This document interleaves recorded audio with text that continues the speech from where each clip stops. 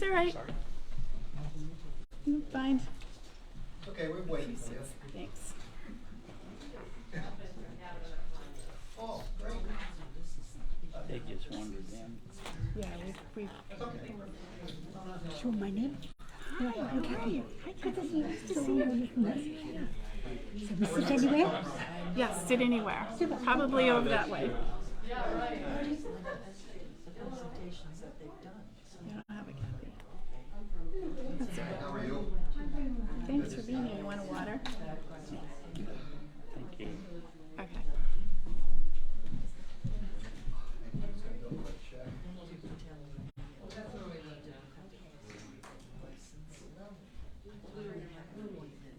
Thanks, already did. It's not really supposed to happen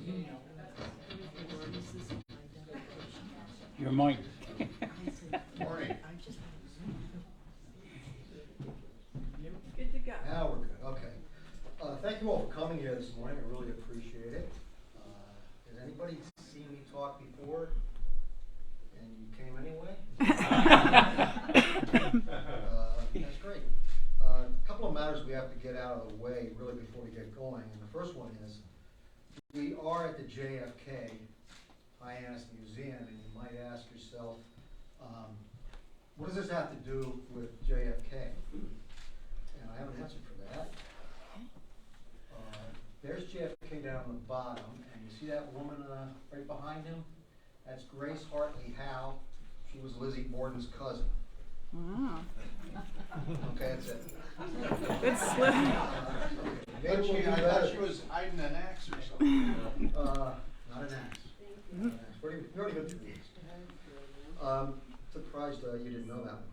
Now maybe we'll do better with this. We're going to start off with some audience participation. Something we have to get out of the way. And if anybody's at home watching, you can play along at home. We're all going to say this together until we get it right. So are you ready? Yep. 1, 3. 1, 2, 3. Lizzie Borden took an axe, gave her mother 40 whacks. When she saw what she had done, she gave her father 41. That out of everybody's system. Some kids in Fall River added a second verse, which you may not know as well. 1, 2, 3. Andrew Borden now is dead. Lizzie hit him on the head. Up in heaven he will sing. On the gallows she will swing. And then they added, but she Never did. On May 31st, 1893, Fall River police found the body of a woman sprawled on the floor next to her kitchen stove. There was blood everywhere. She had crawled through a pool of it to the spot where she finally died. She had lived there with a notorious white-bearded miser. Someone had hacked her to death with an axe. She had 23 distinct and separate axe wounds on the back of the skull and its base. 5 days later, June 5th, 1893, the murder trial of Lizzie Borden began in New Bedford, Bristol Superior Court. Now, people of Fall River have been obsessed with the Borden case since August 4th, 1892, which is the day, and we'll get to that. But now, many followers of the Borden case learned of the killing of 22-year-old Bertha May Manchester in her house. Maybe some assume that because that murder was so similar to the 2 murders in the Borden house, that maybe the same people did it. Particularly, it was very much reminiscent of the death of Lizzie Borden's stepmother. So you might have assumed that there was kind of a drooling homicidal maniac running around in the streets. Well, it certainly wasn't Lizzie Borden, because she had been in custody in Taunton for 10 months at this point, before the trial. In fact, one of her lawyers had sarcastically entertained the press when they found out about the Manchester murder and said, well, are they going to claim that Lizzie Borden did this too? So the jury for Lizzie Borden's trial was impaneled, that is, selected, knowing that a woman had been killed with a bladed weapon in Fall River just a few days before. And it wasn't Lizzie Borden who could have done that. But what they might not have learned, that is the prospective jurors coming to Bristol Superior Court, they might not have learned that early the previous morning, which was Sunday, 21-year-old Azorian immigrant Jose Correa de Mello had turned himself in for the murder of Bertha Manchester. And he would be arraigned in Fall River for that murder the same day that Lizzie Borden's trial started in Bedford.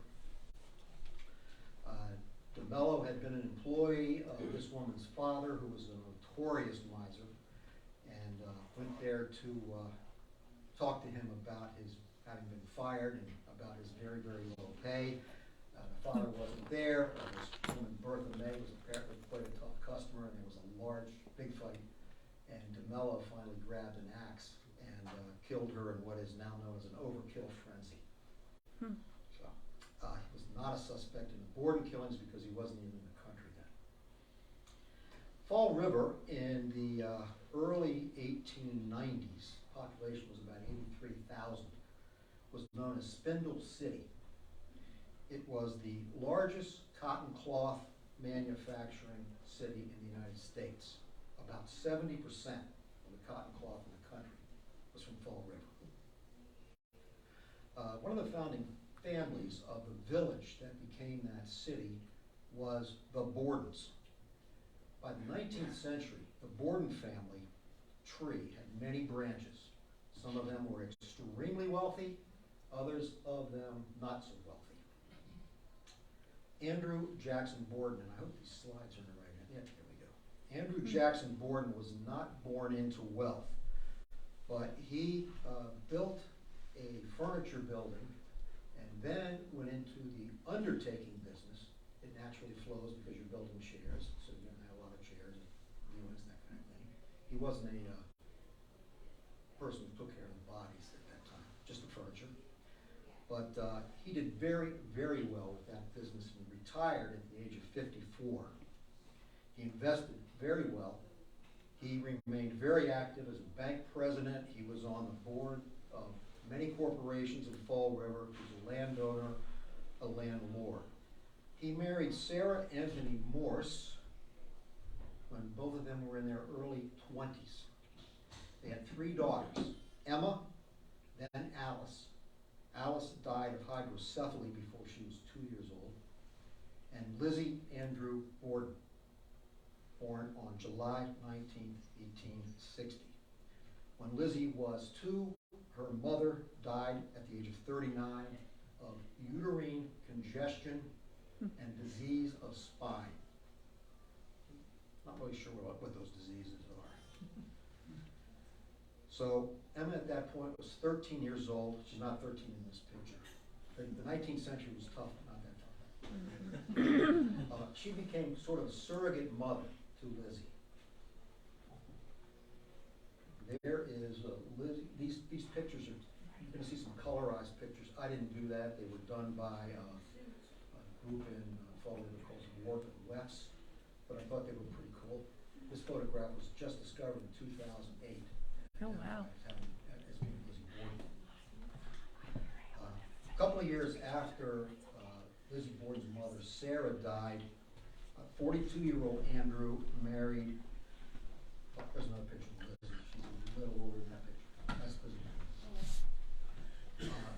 Andrew married Abigail Abby Durfee Gray Borden. And what's notable about this kind of is that if there are 3 big names in Fall River going back through the centuries, they're Borden, Durfee, and Gray. So this is the woman that he married. She was 37. Andrew was 5'11". This woman was about 5'3", the same as Lizzie. She weighed north of about 200 pounds. That is a picture of her as an older person. She was shy, probably pretty humorless. When she left the house, which was not all that often, it was usually to go visit her mother. This was considered a marriage of convenience, mostly Andrew's convenience. Now, Andrew was sometimes portrayed as this sort of archetypal New England miser, familial tyrant, that kind of thing, holds on to every nickel. Probably true to some extent, but not wholly. For instance, Lizzie went on a grand tour with a number of other young ladies in 1890. That was a voyage and touring throughout Europe that took 19 weeks, and he paid for that. Wow. So, not exactly pinching pennies there. He also wore all of his life a ring that Lizzie had given to him when she was in high school. Well, that's the house. Got the slides mixed up here. What did I do? Skip something? Okay, I think the slides are messed up. And if anybody has seen me before, you raise your hands earlier. I will mess up the slides every single time. It's okay, we get to see him twice. Every time. We'll see a picture of her at some point. Andrew walked around Fall River, no matter how hot it was pretty hot that August of 1892, wearing a black wool suit, which probably didn't lighten his image at all, but probably so did most late Victorian men of means do that same kind of outfit. By 1892, he was among the richest men in Fall River. His worth at the trial was given to be between $300,000 and $500,000, which is a lot of money now, but then, probably depending on what crazy calculation for historical values you use, probably between $7 and $12 million. Now, the place to live in Fall River at that time, especially for this kind of mercantile aristocracy, was a place called the Hill. The Bordens did not live on the Hill. Andrew wanted to be close to downtown, and they were very close. That is the Borden house. On 2nd Street, I forget what the address is now. At the time, it was 92 2nd Street. Now it's 200 something, I don't remember. That house is about 60 driving miles from this building. The interior, anybody ever been in here? The interior, you probably remember this, the interior has rather an odd feel. There are really no halls in the house. You move from room to room. The bedrooms are on the 2nd floor, and the whole 2nd floor is kind of divided into 2 halves. Andrew and Abby used a back staircase coming off the kitchen to get to their little suite. And Lizzie and Emma used the front stairs. We'll see a picture of that in a minute. Now, most houses on 2nd Street, which was then quite busy, were close together, separated by wooden fences. And of course, I don't have. Oh, there we go. There's Andrew and Abby's bedroom. There's Lizzie, 14, 15 years old. And to show you, that's Lizzie's bedroom on the upper left, and you have to pass through that to get to Emma's bedroom. That's the only way you can access Emma's bedroom. So Emma would have to walk through Lizzie's bedroom after seeking permission, presumably. Okay. There's the house. There's some wooden fencing around there that you can see. Almost everything on 2nd Street, all these houses that were there at the time, except for the Borden house, and there is this house next door, are gone. Now, the house, as you probably know, has been a bed and breakfast since 1996 under different names. Is it still a bed and breakfast? Still a bed. It was just sold to a guy who runs a company that runs U.S. Ghost something. They own like 50 properties throughout the United States. So they're kind of pumping it up a little bit beyond what a lot of people like, but whatever. So yeah, it is still a bed and breakfast. And I think I asked earlier, has anybody ever been there? Anybody ever slept there? Wow. Whoa. Anybody ever take their spouse there as a wedding anniversary present? I think you would. Okay. Directly across the street from this house is the five-story Fall River Justice Center, which was built in 2010. And if you look out the window from the Fall River District Court judges' lobbies, that's what you see. That's the Borden house, the green right there. You might have expected this talk to feature an ex-judge's view of the whole situation. That's it. The location of this house was pretty unfashionable, as I mentioned, and unimpressive. But worse, they did not have electricity, which a lot of homes did then. They did not have a telephone. They did not have gas. They had limited indoor plumbing. No hot water. They had a water closet in the basement and chamber pots upstairs. Now, the house to the right of that house, which is now this yellow building, which has gone through about 1 billion changes since 1890s and before, that house was once owned by Andrew's uncle Lodwick, which has about 10 different spellings. Ludovic, Lodwick, probably. Uncle Lodwick's wife, Eliza, who was Andrew's aunt Eliza, was there, this is back years ago, in the 1840s, with her 3 children and a maid. And when the maid walked out to the backyard, Eliza took 2 of the children, 3-year-old Holden and 5-month-old Eliza, into the cellar and drowned them in the cistern. Oh my God. And she then took a straight razor and killed herself. Oh. So, 2 houses next to each other. Bad mojo. Now, Lizzie Borden in August of 1892 had just turned 32 years old. I don't know if I'm going to have the right picture, we'll see. Nope, that's not it. Okay. She had many friends. Some thought she was the nicest person in Fall River. Other people thought that she was a little too sharp-tongued, a little too malcontent. Just like everybody else, different people had different views of her, especially looking back after the event that we will get to. She was famously straightforward, which was not necessarily a quality admired in late Victorian America. 5'3", as I said, light brown hair, pale, some would say icy blue eyes. You probably saw that in one of the previous photos. She was active in church groups at the Congregational Church. She was active with the Fall River Hospital. She sewed clothes for the poor. She loved animals. She maybe had a bit of a shoplifting problem. But she became the most famous person in the country following that bloody, horrific incident of August 4th, 130 years ago. And that obviously rendered her a figure of sympathy, a figure of terror, and almost immediately kind of a sick joke. We started with your participation in that black humor chant.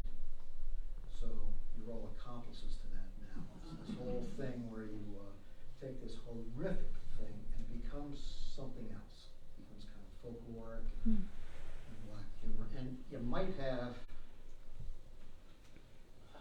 one of these in your china closet.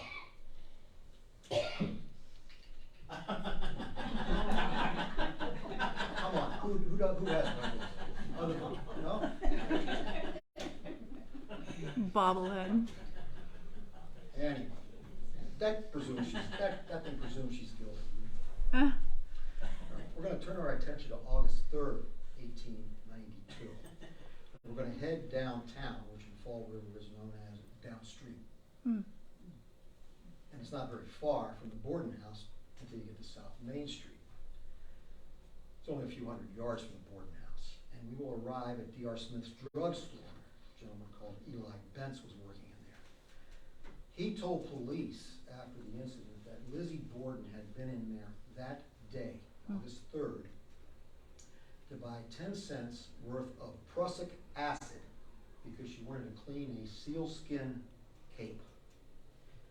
Prussic acid is hydrogen cyanide. Very, very powerful poison.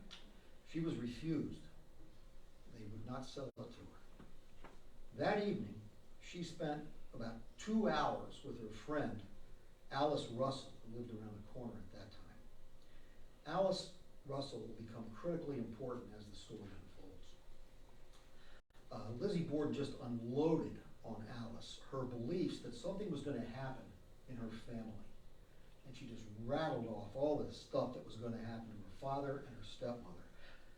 I think they were poisoned. They heard they're sick now. We think they were poisoned. We think somebody might have poisoned their milk. I'm afraid somebody's going to burn the house down.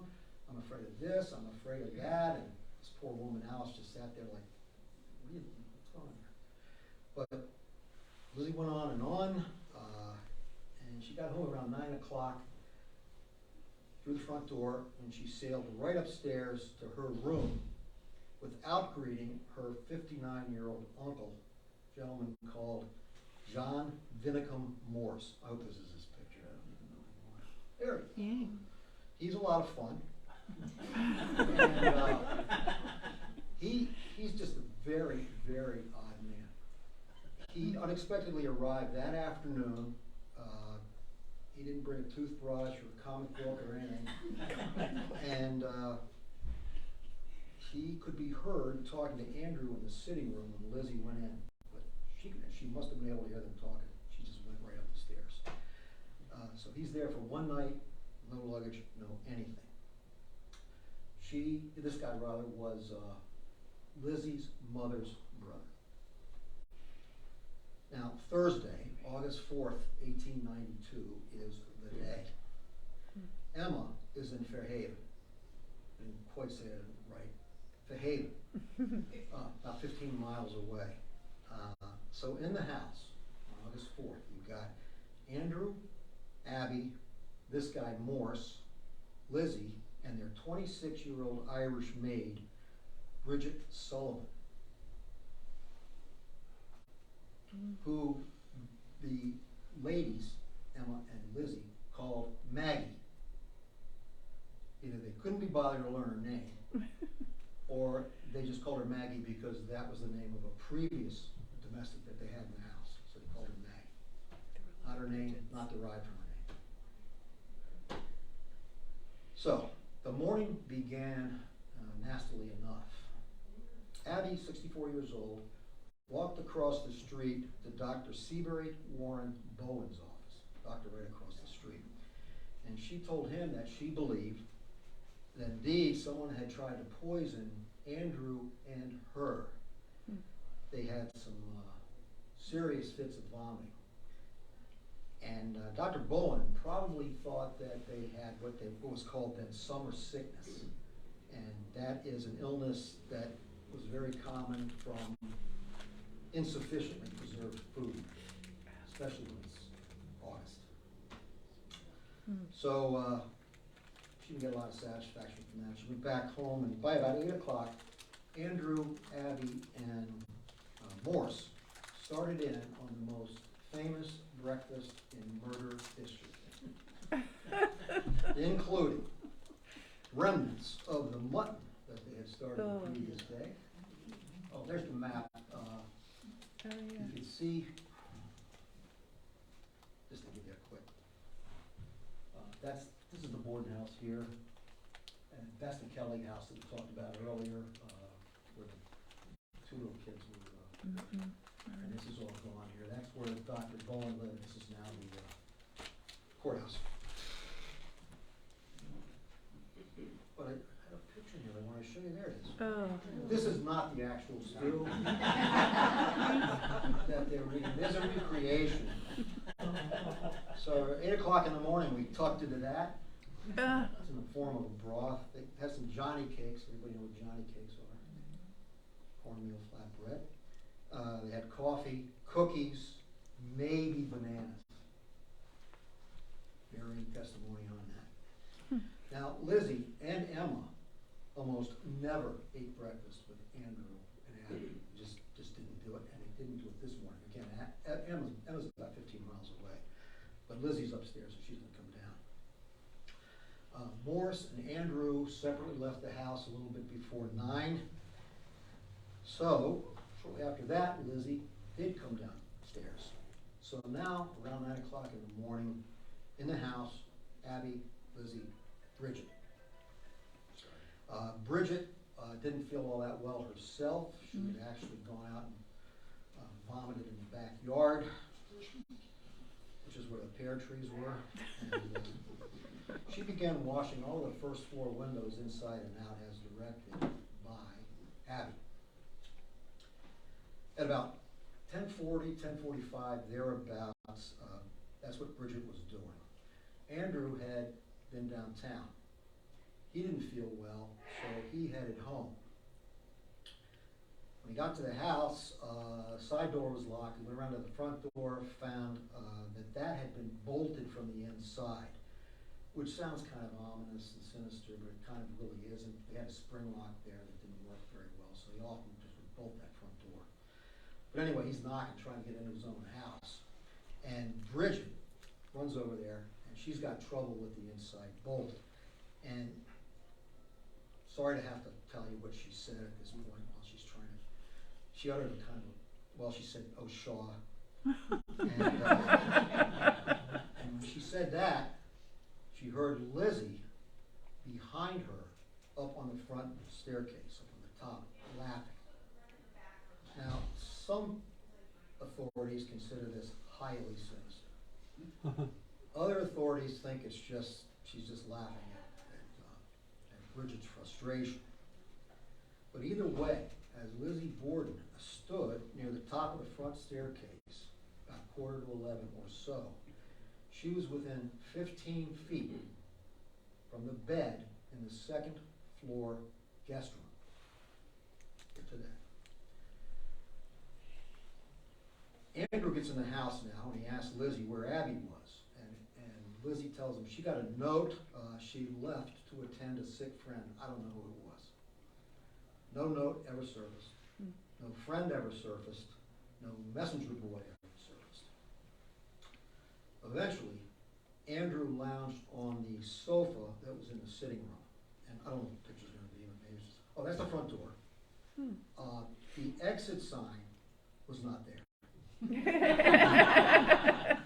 And that is not a headless spirit on the left, that's just a dress. But there you see, I guess this is not the world's most opulent house. You can tell from that if you haven't been in there. That's the front door. Those are the stairs up which Lizzie and Emma would go to their bedrooms. At the top of that, that's where Lizzie's laughing. So Andrew lounges on the sofa. There's Andrew again, older. There's the sofa. That thing wasn't there either. Eventually he lounges on the sofa in the sitting room, and he's leaning into the corner of it with his head about where that hatchet is, up a little bit. Again, it wasn't there. And that room that you can see there on the extreme left of the picture, that's the dining room. So he's lying there, and fairly soon thereafter, Bridget really feels ill, and she goes up to her room on the third floor to rest. Her bedroom was up on the third floor. The rest of it was storage.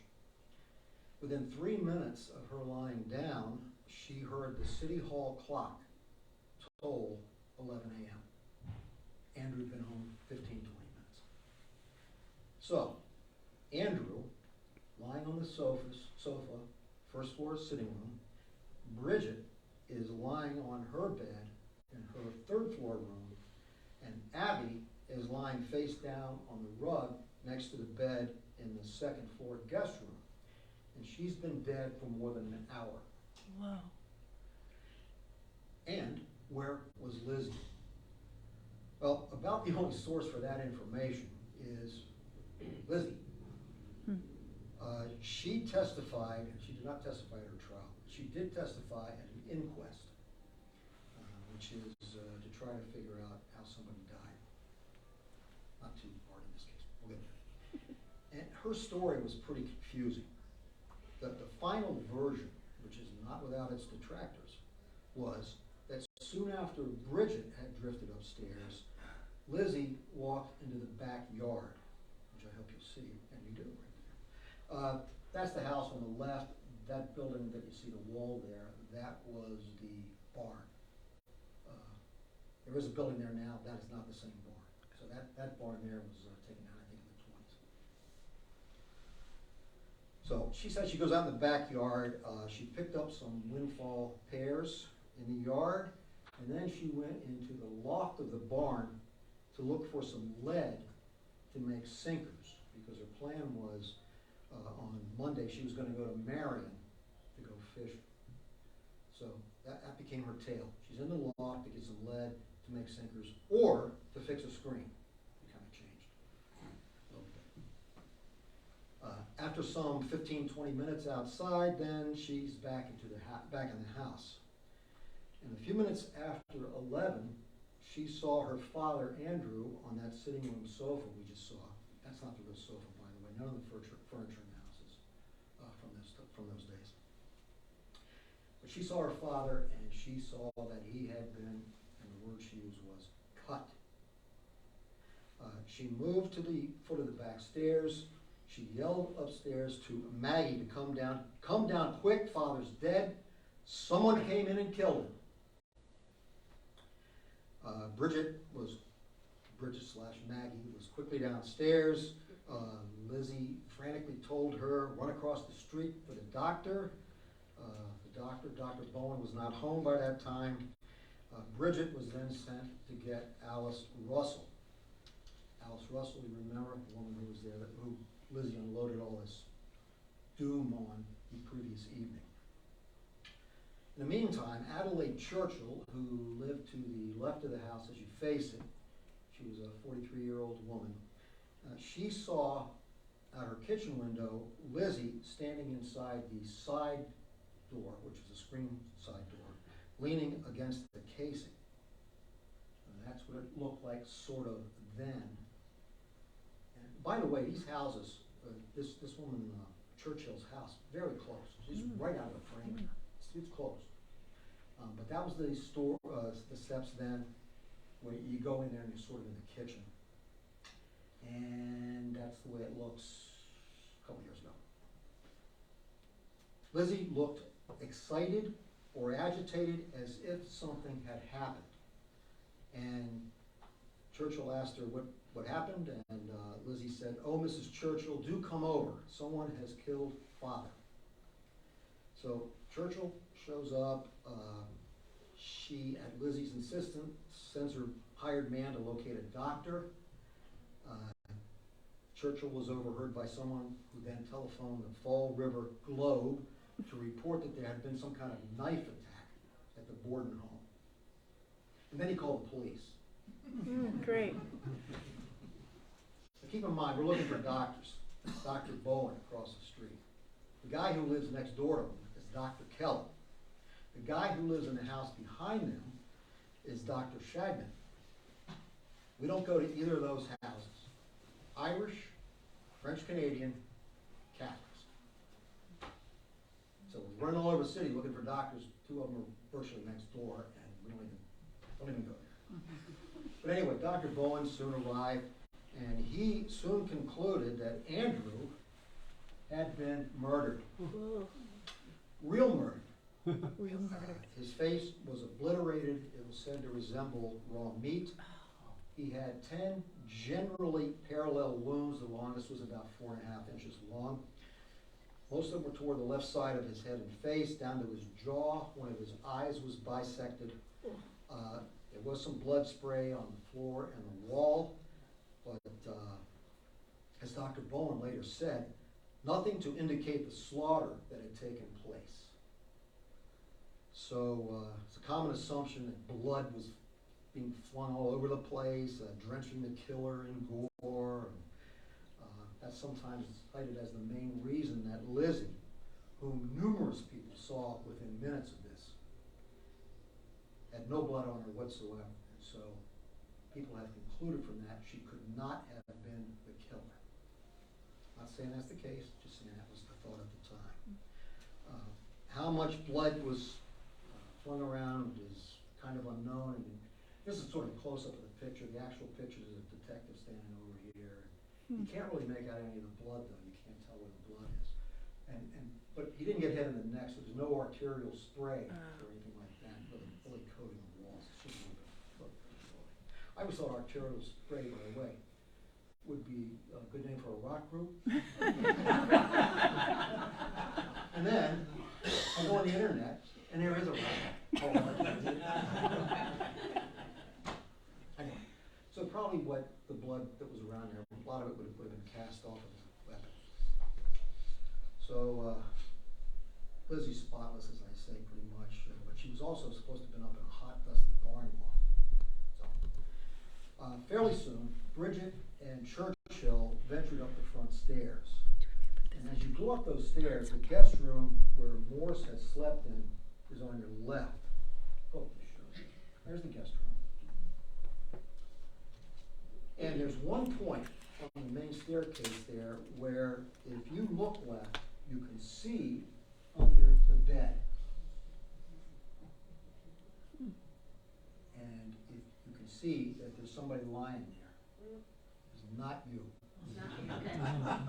Somebody who worked at the place. So there's one point on the stairs. If you're looking over there, that's what you see right under the bed. Take another step or two, you can't see it. So Bridget, who was apparently the first person up the stairs, did not see anything in the guest room. But the next person up, Addie Churchill, did. She couldn't tell exactly what it was that she could see on the floor, but she quickly decided it was Abby. Abby lay face down on the rug in the narrow space between the guest bed on her right and the dresser against the wall, a congealed pool of blood darkening the rug around her head. That's her there. Now I have read that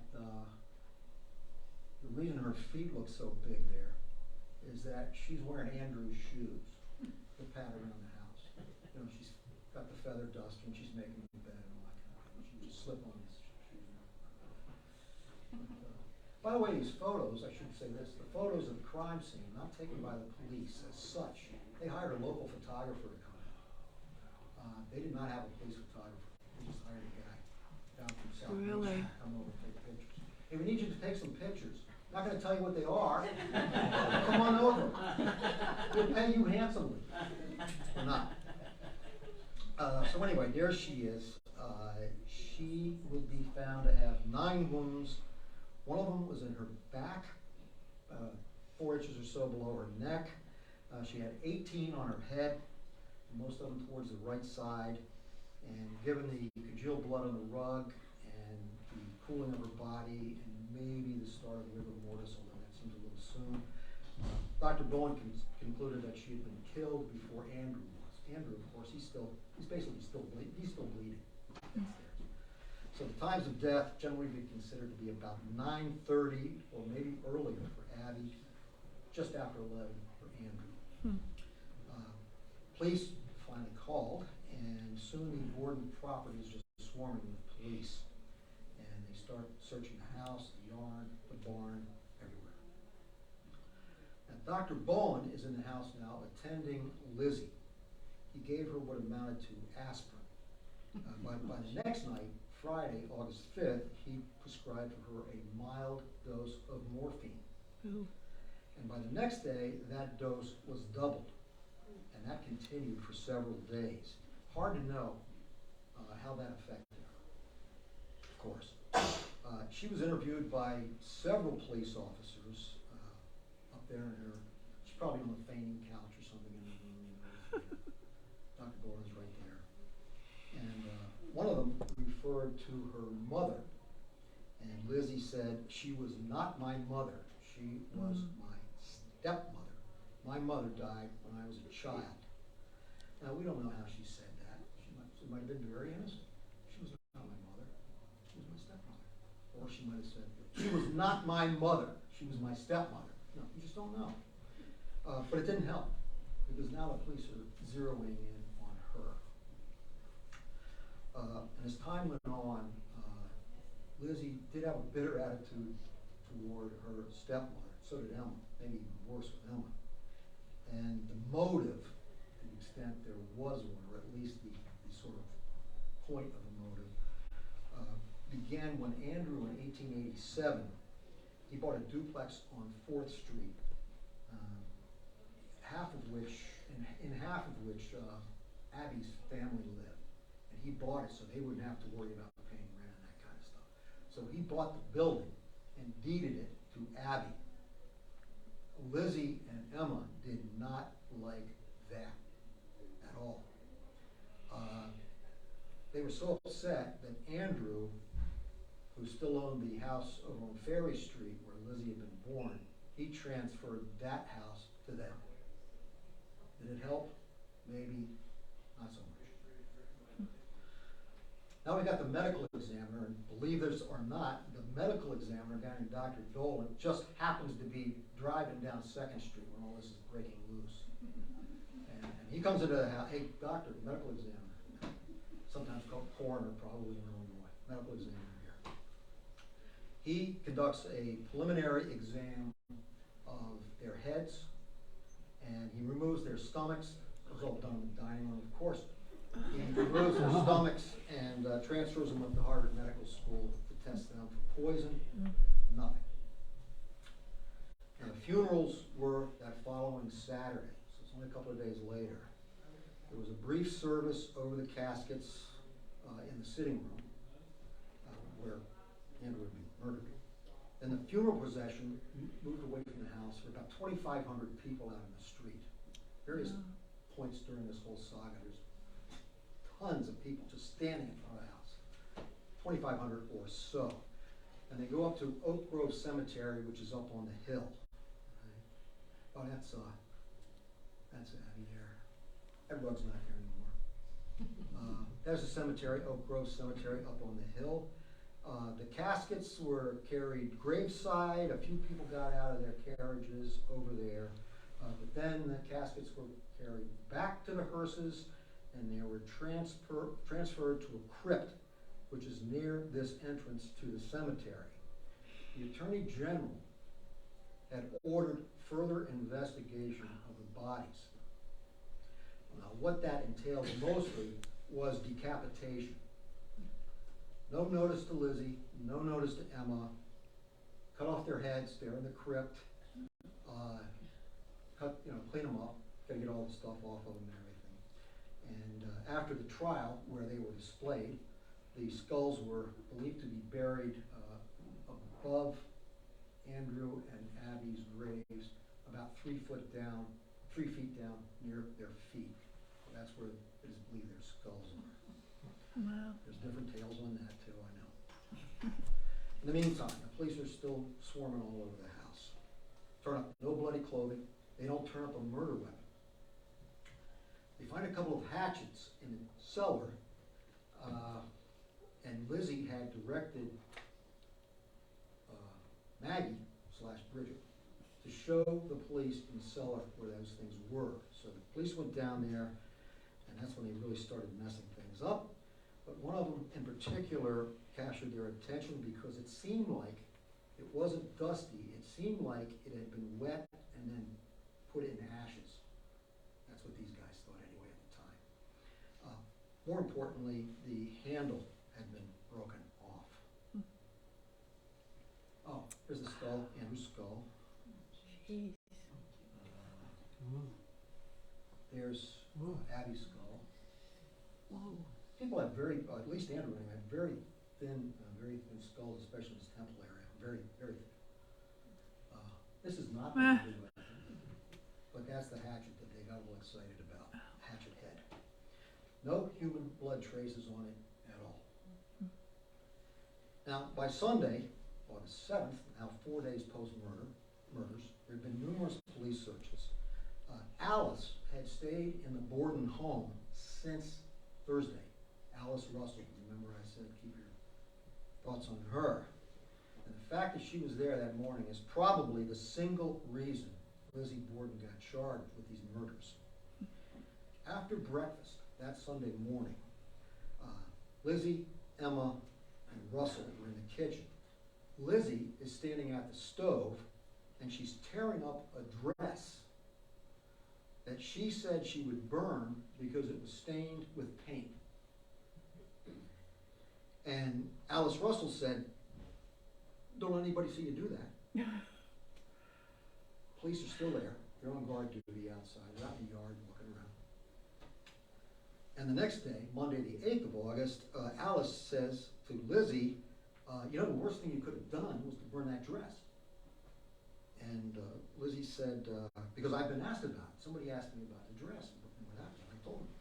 And Lizzie said, oh, what made you let me do it? Why didn't you tell me? Of course, the big question is, did Lizzie Borden burn a dress with blood on it? Why hadn't the police found it? It's 4 days later. Seems like a bloody dress would be one of the top two things they'd want to find, but they didn't. If this was a bloody dress. On Tuesday, August 9th, after the murders, that's the first court involvement. This is an inquest that I think I referred earlier to. This is an investigatory hearing concerning a death to determine whether a crime has been committed. The leading case on inquests in Massachusetts is Commonwealth versus Kennedy, concerning an incident on Chappaquiddick you might have heard about. With the Bordens, it was pretty obvious that a crime had occurred, so it sort of turned into a fishing expedition to collect evidence, mostly against Lizzie. Her lawyer, family lawyer, Jennings, asked to be present. He was refused.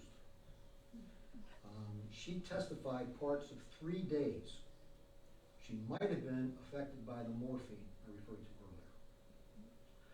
Now, banning her lawyer from this hearing became a problem for the Commonwealth at trial when they tried to introduce this inquest testimony. They wanted it in because of the inconsistencies in her story, mostly, obviously, and about her whereabouts. The DA wanted to put her upstairs near Abby's body, and she was highly equivocal on that point. Sometimes she told people, I'm upstairs and downstairs in the kitchen, in the yard, and all over the place.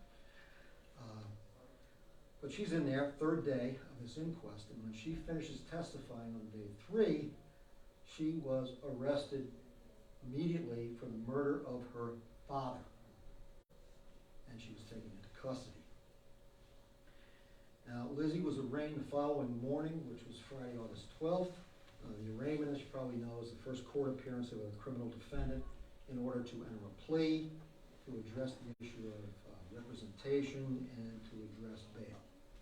Generally, in murder cases, the defendants don't get bail, as you probably know. Judge scheduled a preliminary hearing, which began on August 25th, lasted 6 days. This was a guy she knew, by the way. He called her Lizzie during the proceedings. Today, that would be a probable cause hearing. Was there enough evidence for the case to proceed? Back then, it was weird because the court's decision at a hearing like that was whether Lizzie was probably guilty or not. Wow. We don't have that anymore. Nobody talks about probably guilty. It's probable cause. Judge found that Lizzie was probably guilty. Payne didn't say it, but he said it. She was bound over to Bristol Superior, and there would be further consideration of the case against her there, this time by a grand jury, and not until November. So this is August. Grand jury's not going to convene until November. Lizzie is back in custody, staying in Taunton, in prison. The district attorney started laying out the case against Lizzie to the grand jury on November 15th. And you probably heard the cliche that at a grand jury session, the government, Commonwealth in this case, can get an indictment of a ham sandwich. And the reason for that is because the Commonwealth presents its case to a grand jury without any participation by the defendant or the soon-to-be defendant. So it's just the Commonwealth telling the tale they want to tell. Pretty one-sided ham sandwich. A lot of ham sandwiches are going to jail. Standards low, again, essentially probable cause, something like that. But here, we've got the grand jury, and they're there for 6 days. 6 sitting days go by. They've taken no action. Remember Alice. Remember her being in the house at breakfast on that Sunday after the murders when Lizzie burns the dress. Well, she apparently wrestled with her conscience. She decided that her old friend Lizzie might not be so innocent. So she talks to her lawyer. Her lawyer tells her to talk to the district attorney. She does. She testifies before the grand jury on December 1st. The grand jury goes back into deliberation, and 10 minutes later they came out, and Lizzie Borden is indicted for murder. Thanks a lot, Alice. Months go by, Lizzie Borden's trial finally starts in New Bedford, that's what a Superior Court is, June 5th, 1893.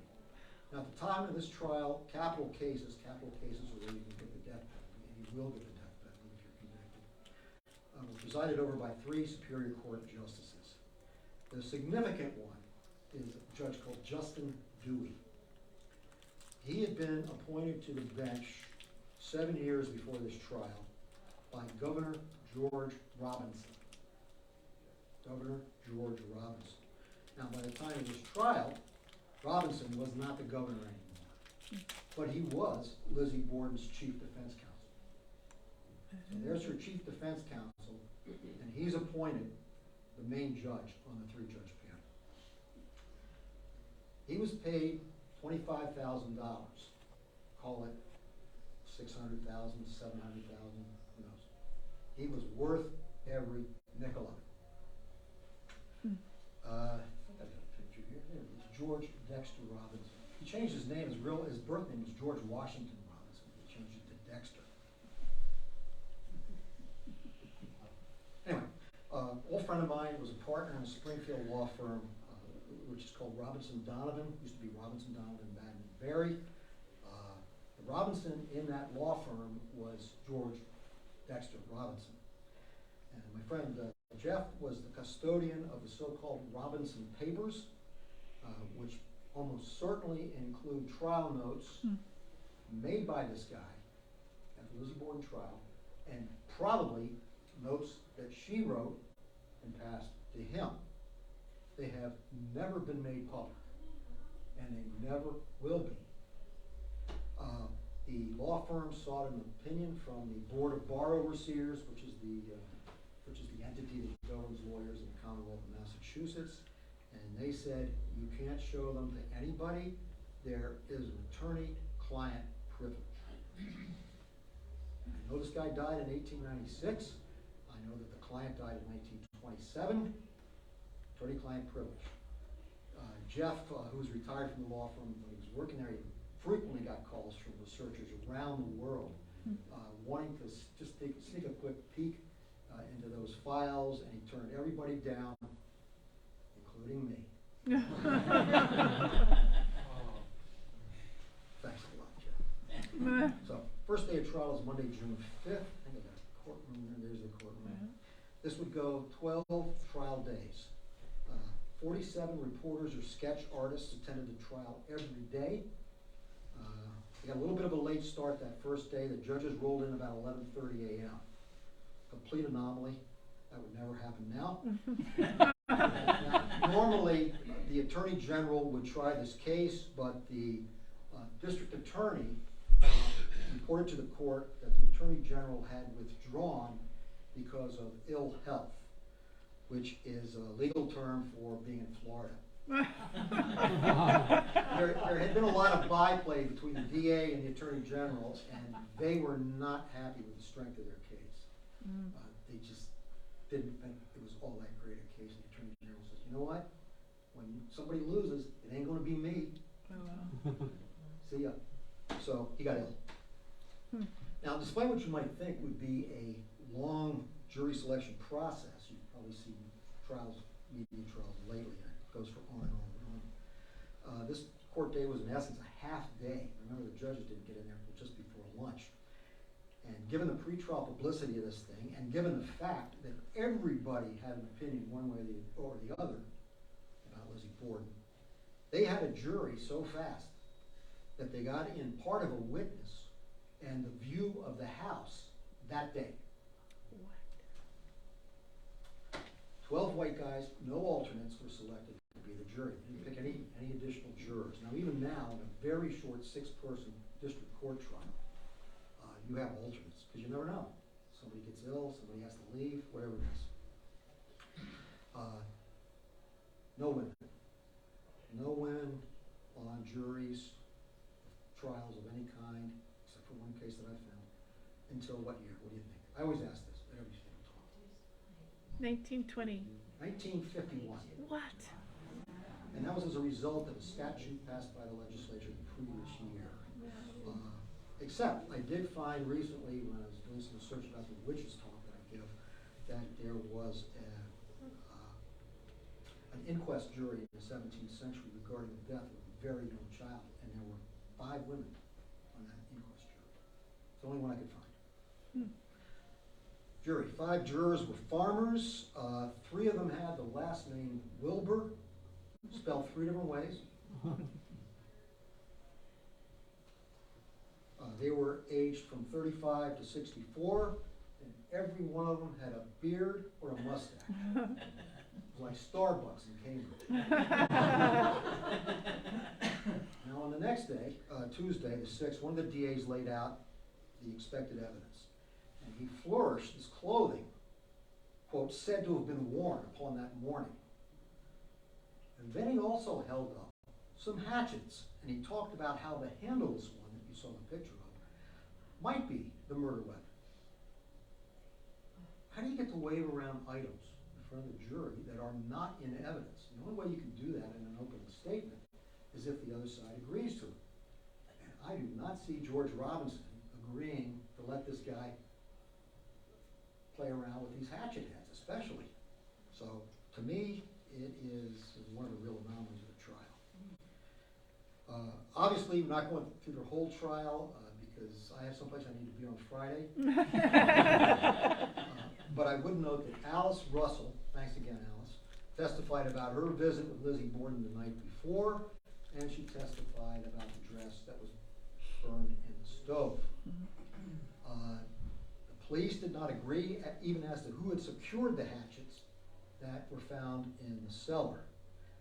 And again, why any of this hatchet stuff was led into trial at all is something of a mystery. Nobody could identify the murder weapon. And really all that whole thing did was cast doubt and aspersions on the police investigation. Commonwealth was clearly trying to suggest that that hatchet was the murder weapon. But now this was done by the Commonwealth, and this is really a kind of not very nice thing. 2 medical witnesses. Now keep in mind that hatchet head that they want to suggest was the murder weapon. That thing's old and it's covered with some kind of ashes or something and it's broken. 2 medical witnesses had told them before the trial that they were examining Abby's skull and they found some gilt, G-I-L-T, in one of the cuts. That's significant because when hatchets and axes were sold, they would have this strip of gilt on where the blade is. I don't know why, to make them look sharp or something. But that would signify that the axe was a newly purchased, not used weapon or implement. And I have to say that one of those doctors was a guy named Dr. David Williams Cheever, not related to me, but he was the great-grandfather of a close friend of my wife and mine. He's married to my wife's cousin. He was one of those witnesses. So they sent this letter to the DA. The DA did not turn it over to the defense. Big problem. A couple of witnesses later, the skulls that you saw pictures of earlier, those were brought into the trial. Lizzie was escorted to a chair where she could hear the testimony but not see the skulls. And that delicacy pointed up one of the hurdles that the Commonwealth faced in this trial. Lizzie Borden was a woman. We've got a late Victorian jury here, and they are probably naturally reluctant to convict a woman of a crime of this kind. Generally speaking, in the 19th century, when women wanted to kill somebody, they did it through poison. And of course, that goes back to the day before when she tried to buy poison, maybe. Also, they knew that if they convicted Lizzie, she was going to be hanged. And there had been no woman hanged in the Commonwealth since 1798, a woman named Rachel Wall. So she would have been the first one in a long time to be hanged. So that's the thought anyway, is that these, the gallantry that was going on here may have played a part in this acquittal. Now, about a week into the trial, the Commonwealth tried to introduce Lizzie's inquest testimony that I told you about before. And the defense, of course, resisted that. And it was excluded. That did not come into evidence. And the reasoning behind that was that when the Commonwealth was doing this inquest, Lizzie Borden was really the suspect. She was the suspect. She was denied the opportunity to have a lawyer in the room with her. She might have been under some kind of influence of morphine. And so Robinson argued that they couldn't prove the voluntariness of the statement she made in the inquest testimony. So the court said that's out. Also out was the evidence that Lizzie Borden had tried to buy that prussic acid the day before. That was out too. Commonwealth's argument was that shows murderous intent. That shows that because she couldn't buy the poison, she resorted to another weapon. And Robinson said, the evidence is that the victims were not poisoned. She's charged with murder by sharp instrument, and the judges eventually agreed. So there are two very highly significant evidence rulings favoring Lizzie Borden. No inquest testimony to trip her up, no evidence of trying to buy the poison. Huge breaks for Lizzie. Told you Robinson was worth his $25,000 and more. After the drugstore evidence was excluded, the Commonwealth rested. The defense put on several witnesses. Four witnesses saw strange men around the house. One of them was in a buggy. We don't know who that was. Kind of questionable evidence, really, but that was let in. Several witnesses, of course, said that they had seen Lizzie very shortly after Andrew had been murdered. No bloodstains on her. The police had witnesses testify that the loft was, besides unbearably hot, not as hot as it is in here now, but still unbearably hot, and dusty. There was no sign that anyone had been up there the way that Lizzie said she had been. But the defense put on evidence that 5 to 7 people had been in that loft before the police got there. And they put on a guy named Hyman Lubinsky, who was the ice cream vendor. And he testified that he had seen a woman, not Bridget. He knew Bridget. He saw a woman walk from the barn to the house at exactly the time Lizzie Borden had said she did that. Emma and others testified about, this burning the dress, we do that all the time. When dresses get ruined, we just burn them, that kind of thing. So made it sound like it was a regular thing. And then that was pretty much it. Then came the closing arguments. And then after that, at the time, the Commonwealth allowed criminal defendants to stand up, not be sworn in, and basically say whatever they wanted to say to the jury. Not subject to cross-examination. So Lizzie stood up very slowly and said to the jury, I am innocent. I leave it to my counsel to speak for me. And then Judge Dewey instructed the jury, told them that in order to convict Lizzie Borden, they must find that the Commonwealth had proved guilt beyond a reasonable doubt. Strong belief that she was probably guilty, not enough. It's got to be beyond reasonable doubt. About an hour and a half later, that's what they did. They came back, Lizzie Borden not guilty. Turned out that they had decided within about 10 minutes that she was not guilty, but they played around for an hour, maybe more, out of respect for the Commonwealth. They want the Commonwealth to feel really bad, so they want to just kind of, like, did you guys even sit down? And so that's what happened. Packed courtroom, obviously. Billions of people outside the courthouse. Verdict of not guilty read. Everybody exploded into cheers. That rapidly spread to the crowd outside. Lizzie sank onto her seat, and there was a rail right in front of where she was sitting. She put her face on that and sobbed. And then jurors lined up, and each one of them shook her hand. And then she finally got in the carriage after the hubbub outside. It died down a little bit and went back to Fall River. And she remained in Fall River for the rest of her life. Wow. There's Hatch again, still not the murder weapon. There's Lizzie on vacation in Newport, Rhode Island, 1893. That is not a hatchet, she's almost just a chair. Now, despite this big celebration, immediately after the verdict, that kind of turned around a little bit, and a lot of people, Fall River society, shunned her. The month after the trial, which would have been in July or so, 1893, Lizzie and Emma bought a 3-story, 14-room house at 7 French Street on the hill. And that's the house they bought, and they named it Maplecroft. I don't pretend to be able to describe for you the discrepancy between the way that house looks there and the way it looks now. Wow. But magnificent interior in that house. It was crazy. And that house just sold too. We talked earlier about the Lizzie Borden murder house being sold. That house just sold too. Late last year for $700,000. Not quite a mansion, but close. Interior crazy.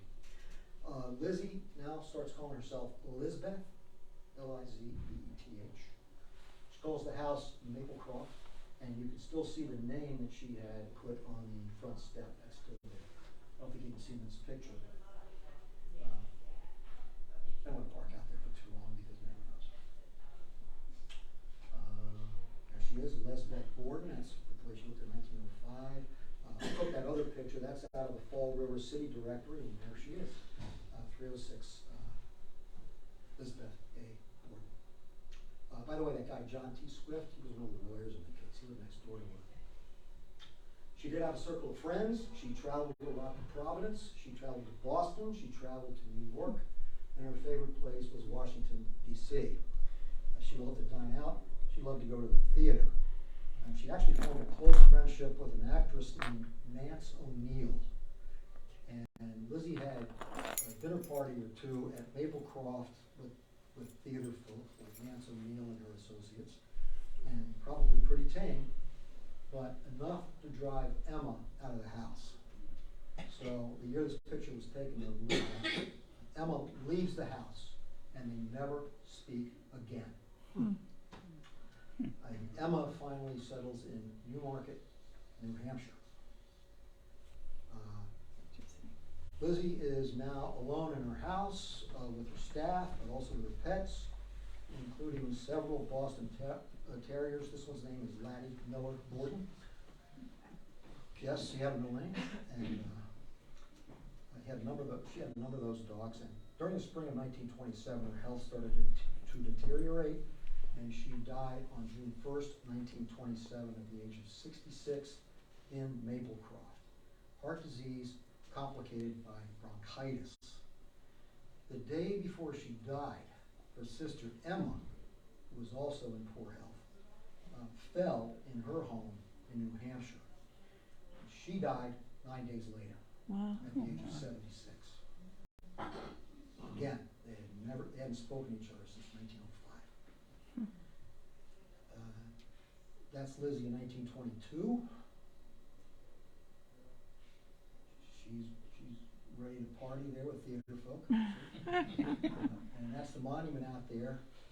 That's the monument in Oak Grove Cemetery on the hill in Fall River. Emma's buried there. Lizzie's buried there. Their mother's buried there. Their father, infant sister, and stepmother. Oak Grove Cemetery on the hill. Lizzie once said she had one great ambition in life. I would give every cent I have in the world and beg in the streets if I could only be proved, if it could only be proved while I live that I did not kill my father and stepmother. Wow. But it never was proven. Thank you for coming. Wow. Thank you.